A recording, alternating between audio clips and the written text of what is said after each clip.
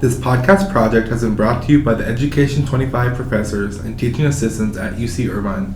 Hey everyone, you're listening to the premiere episode of Educating the Educators, where our group of professionals in 4 different disciplines give fellow educators like yourselves insight into the now of the education industry. On today's episode, standardized testing, ever heard of her? We're going to address 3 specific standardized tests, the SAT, ACT, and AP exam. Without further ado,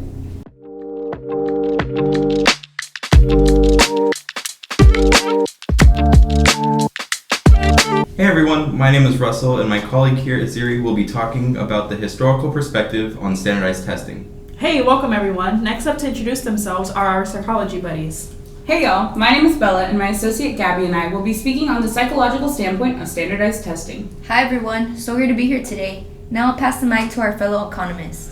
Hello, my name is Sam and today I'll be speaking on standardized testing from the discipline of economics, and now for our resident sociologist. Hi everyone, my name is Sarah. I will be speaking on behalf of the sociological sciences today. As my colleagues before me alluded to, today we're going to be talking about standardized testing. To get us started, why don't we go around the room and each give our personal views on the topic? Well, from a historical standpoint, standardized tests like the SAT and ACT have been used not only to demonstrate a student's success and progress through their time in school, but to also hold teachers in their respective schools accountable for their academic achievement and to incentivize improvement based off of those results. But unfortunately, teachers soon began to feel pressure from their schools and administrators to improve these scores, and sadly, it is still a big problem with standardized testing to this day. Yes, in fact, standardized testing began roughly around 1865 when states were beginning to centralize and regulate education more following the Morrill Land Grant Act of 1862. They're trying to implement more minimum standards they wanted students to meet, and so education reformer Horace Mann, who was at the time Massachusetts Secretary of Education, developed standardized tests that were written as opposed to the oral examinations that were administered previously. So what you're saying is that opposed to lengthy oral examinations, students now went through written exams? Yeah, exactly. And moving on to these topics of the SAT and AP exams, they're both administered by the College Board, which was founded in 1900 as a college entrance examination board. They started administering the SAT in 1926 as a way to test prospective students in arithmetic, logic, reading, and vocabulary. Interestingly enough, there seem to be some racial biases embedded in this exam that we'll be sure to get into later.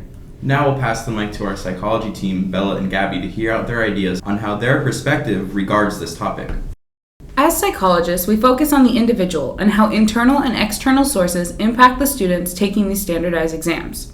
There are many factors that both directly and indirectly affect the student's learning ability, and these have to do with placement of living, different available resources, varying teachers and staff that directly impact the student, and the student's social and home lives, which have the ability to indirectly affect the students over time. When we examine the student's development, we like to focus on the motivations and why they want to learn and how much they are able to learn. We also like to take further steps into examining home life outside of school and socioeconomic background, which our colleagues may address further later on. Essentially, it all comes down to the individual.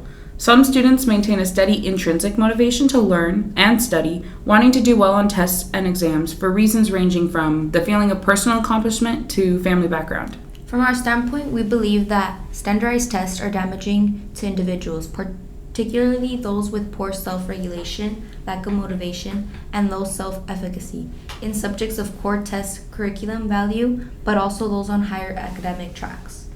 We as psychologists think that these assessments, like the SAT, should not be used for the sole primary advancements. The system is only as good as the tests teachers use. And standardized tests like the AP tests are not available for all disciplines. To this we raise the question, are we measuring the same thing in all age groups and populations? Do we know enough about the individual to know what they need to know? These standardized exams fail to capture students' soft skills. These exams take hours both for kids to prepare and to take the actual exam, and they only demonstrate a fraction of what the students have learned. There's so much more to say regarding the psychological impact of standardized testing on individuals, but for now we'll pass the mic to our econ teammate, Sam. I feel that standardized testing as a whole has been at the root of a lot of economic inequalities we see today, and these tests are only driving further polarity between economic classes. They're often seen as a sort of stepping stone to higher education and are allegedly used to estimate how well one will do in college, but in reality, only more issues are posed. In a study released by the Metropolitan Policy at Brookings, using data released directly from College Board themselves, there is a direct correlation between a student's SAT scores and the student's parents' financial income. There is a seemingly linear relationship between their financial income and how well a student does on the test. Students whose parents make between 20 to 40K are performing approximately 200 points less than the highest portrayed population, parents who make 200K a year, and this pattern is continued throughout several different income ranges. I won't go too deep on this topic, as I'm sure my colleague Sarah will have more to say from a sociologist's perspective, but these students whose parents make less money, quote unquote, underperforming in relation to students whose parents make more money is a major issue. This is only exacerbated with several college admission cycles, the cycle of going to prestigious college with a higher return on investment that requires higher SAT scores, making more money, and having children that go through the same processes they once did. Meanwhile, it's harder for people who make less money and essentially will have children that earn lower SAT scores, perpetuating this cycle simultaneously and endlessly. Now, I'll be passing the mic to our sociologist, Sarah. Going off of what my colleague Sam just mentioned, the article on social and cultural mobility by Sorokin brings up the argument that schools are meant to sieve individuals so that they are placed in their proper societal roles, and these tests are a way of doing that. I think the exams provide a set way of saying this student gets to go to college and be academically successful, and this student doesn't. And as a society, we have to ask ourselves if that's morally right. Should we let the test define the futures of millions of kids and then some? In a sociological perspective, I of course have to focus on the maintaining of social order, and as Sorokin describes, the schools and thus the exams are in fact doing that. I think in that way, we see that the tests are providing somewhat of a positive effect for society. Social order is something that wants to be maintained, and in many ways, the SATs have the power to do that. Alright, now that we have a broad understanding of each perspective and their views on standardized testing, we're going to start a cross debate on how they can influence each other. To get started, we'll kick off the discussion with our sociology expert, Sarah. Take it away.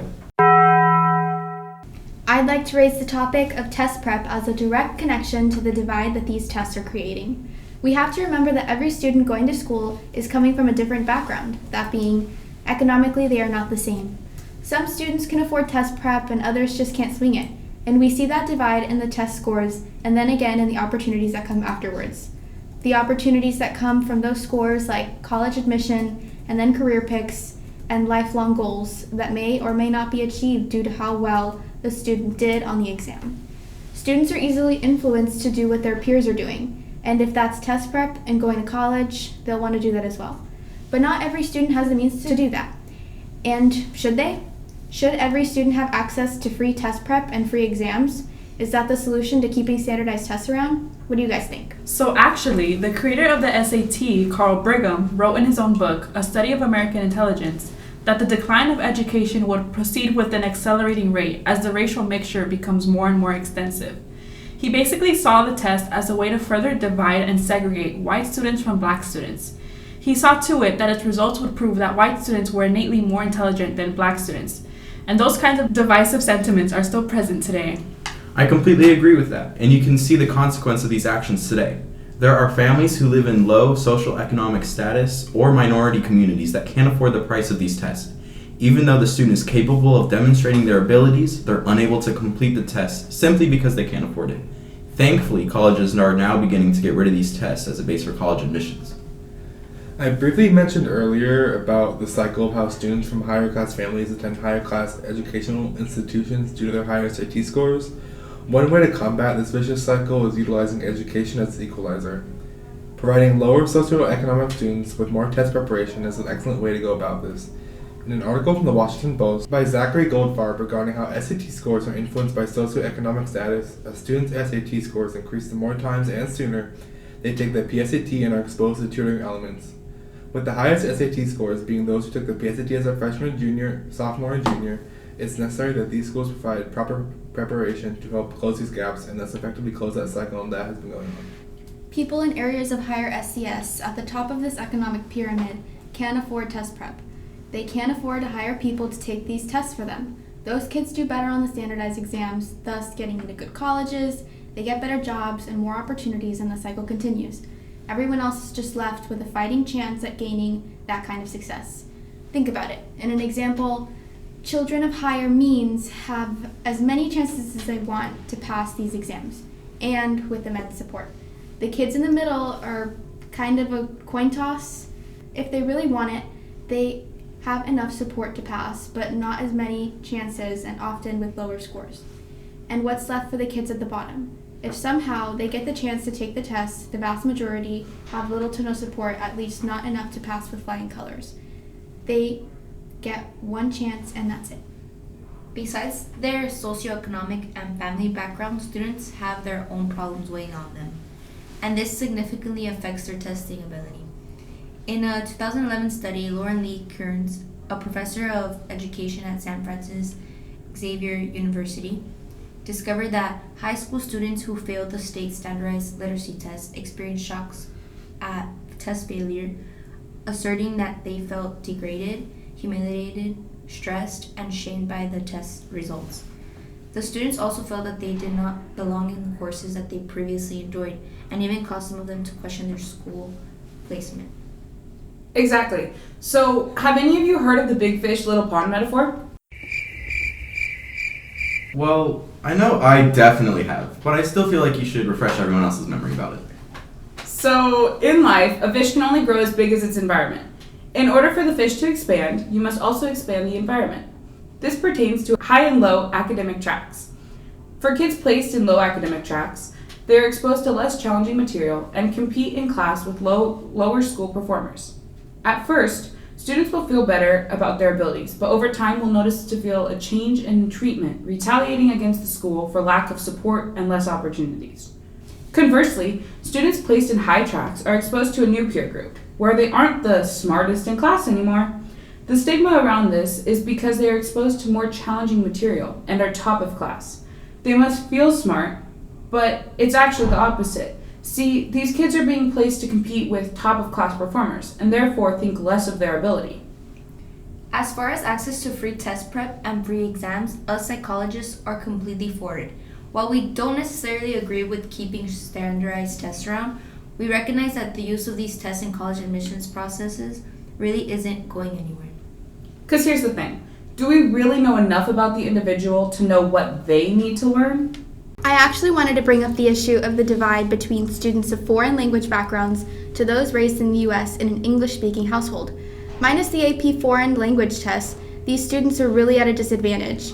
I read a journal article entitled "The Effect of a Non-English Speaking Population on a State's SAT Scores," and it states, "The SAT is in English, and the reading and written sections in particular would be much more difficult for a non-native or ESL speaker.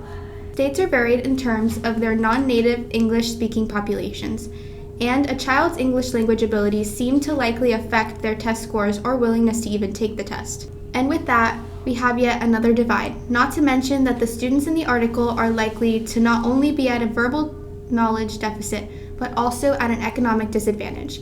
It always seems to circle back to that. At the end of the day, the test is curated in a way where it's meant to be challenging enough for everyone, but much easier for the English-speaking students who can afford to get test prep once a week. Going off of that, referencing the same Washington Post article as I did earlier, there's a certain graph that actually demonstrates how students who learn English as a second language overall scored approximately 200-300 points lower on the SAT in comparison to native English speakers. This is just dogpiled on top of all the information of how lower socioeconomic students tend to score lower and how many immigrant families are in these lower socioeconomic classes.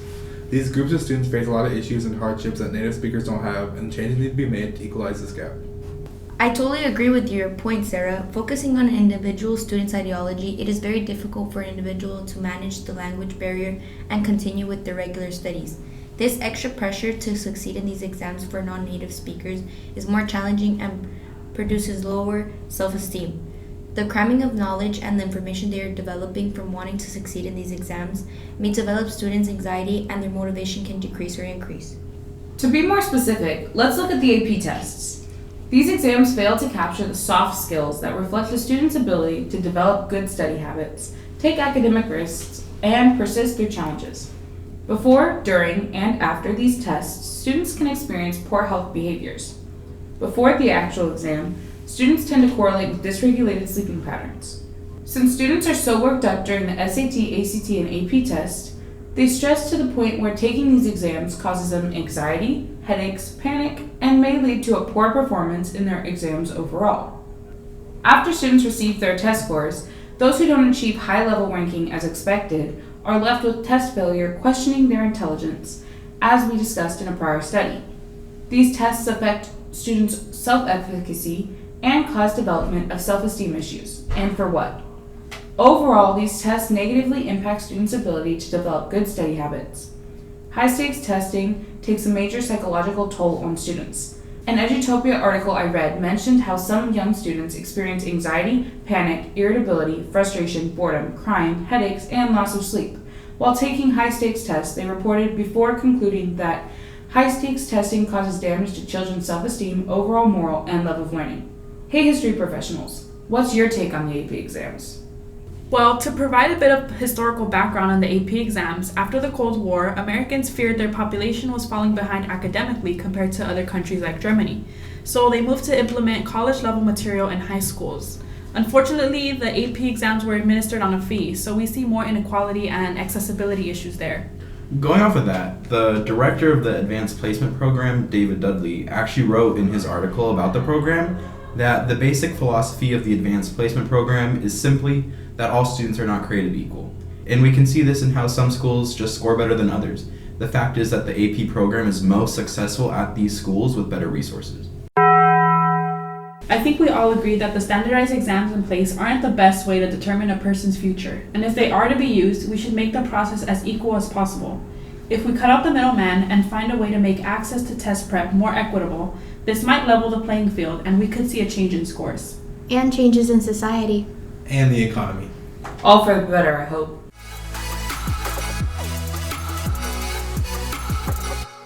On next week's episode. Are you from New York even? That's my opinion! So actually,